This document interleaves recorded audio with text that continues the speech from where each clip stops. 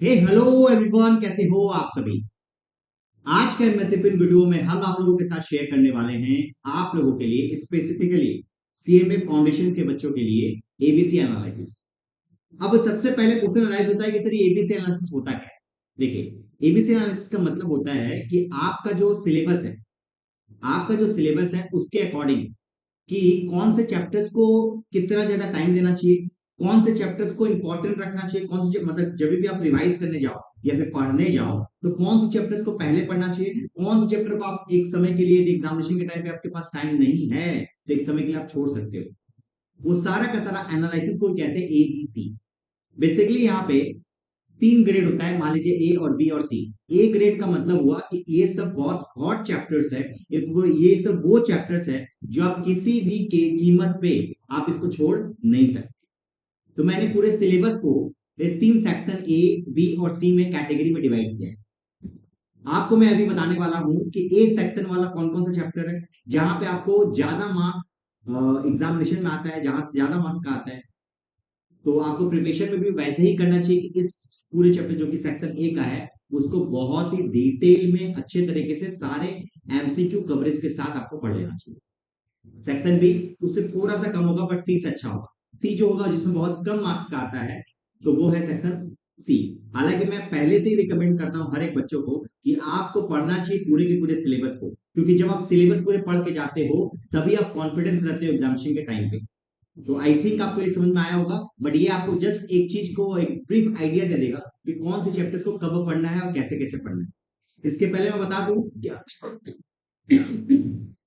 हमारा CMA foundation का batch already चल रहा है। यदि आप उसमें इनरोल करवाना चाहते हो तो हमारे इस नंबर पे, ये हमारा नंबर है, हमारे इस नंबर पे आप आराम से कांटेक्ट कर सकते हो। जो online offline face to face सारे के सारे बैचेस हमारे यहाँ पे चल रहे हैं। ठीक है, चलिए बिना कोई टाइम वेस्ट करे हम लोग चालू करते हैं एबीसी एनालिसिस सीएमए फाउंडेशन के लिए। देखिए, अकाउंट्स का जो मैं कैटेगरी ए बोलूँ, इस ए कैटेगरी में मैंने चार चैप्टर को डाला है। जी हाँ दोस्तों, चार चैप्टर को मैंने डाला है सेक्शन ए कैटेगरी में। ये सेक्शन ए कैटेगरी क्या है सर? ये सेक्शन ए कैटेगरी वो कैटेगरी है जिस कैटेगरी में आपको अच्छा खासा मार्क्स वेटेज देखने को मिलता है आपके एग्जामिनेशन में। पहला जो चैप्टर मैं जो कवर करने वाला हूं वो है फंडामेंटल्स ऑफ अकाउंट्स। जी हाँ दोस्तों, फंडामेंटल्स ऑफ अकाउंट जिसमें आपके बेसिक बेसिक चीजें हैं, जनरल लेजर ट्रायल बैलेंस सब थ्योरी। उसके ऊपर क्वेश्चन बहुत ज्यादा आता है, 18 से 20 मार्क्स के क्वेश्चन आते हैं। आपको पता है एक क्वेश्चन आपका 2 मार्क्स कवर करता है, इसका मतलब 9 से 10 क्वेश्चन आपके फंडामेंटल्स ऑफ अकाउंट से आपके उठ के आएंगे। ठीक है, दूसरा है आपका आपके अकाउंट्स का सेकंड पार्ट जो कि आपका 30 मार्क्स का है, वो है आपका कॉस्ट। आपको पता है कि जो 30 मार्क्स का जो कॉस्ट है ना वो भी 30 मार्क्स कवर करता है। ध्यान रखिएगा, ये ध्यान रखिएगा, कॉस्ट अकाउंट इसको बहुत ही डिटेल में प्रैक्टिकल प्लस थ्योरी दोनों ही कवरेज करके जाइएगा। नेक्स्ट है आपका एनपीओ जो कि 8 से 10 मार्क्स कवर करेगा, और एक है आपका फाइनल अकाउंट जो कि 10 मार्क्स कवर करेगा। आप समझ पा रहे हो, यदि आप ये आपने बस इतना कवर कर दिया तो आपने 60 से 70 मार्क्स का कवरेज हो चुका है। बस ये चार चैप्टर को यदि बहुत डिटेल में यदि आप पढ़ लिए तो। ठीक है, उसके बाद सेक्शन बी कैटेगरी जहां पे मैंने आपके अगेन चार चैप्टर रखे हैं, दैट इज कंसाइनमेंट। एक है अपना जॉइंट वेंचर, एक है बिल ऑफ एक्सचेंज, और चौथा है तुम्हारा क्या, बीआरएस, बैंक रिकंसिलिएशन स्टेटमेंट। ये चार चैप्टर्स आपको मैंने यहाँ पे सेक्शन नंबर बी में रखा है। तो आप सबसे पहले कवरेज को कभी भी आप कवरेज के बारे में बात करें तो सबसे पहले आप इस चारों चैप्टर को कवरेज करने का कोशिश कीजिएगा। उसके बाद आप सेक्शन बी में आप जा सकते हो, consignment, joint venture, bill of exchange और बीआरएस।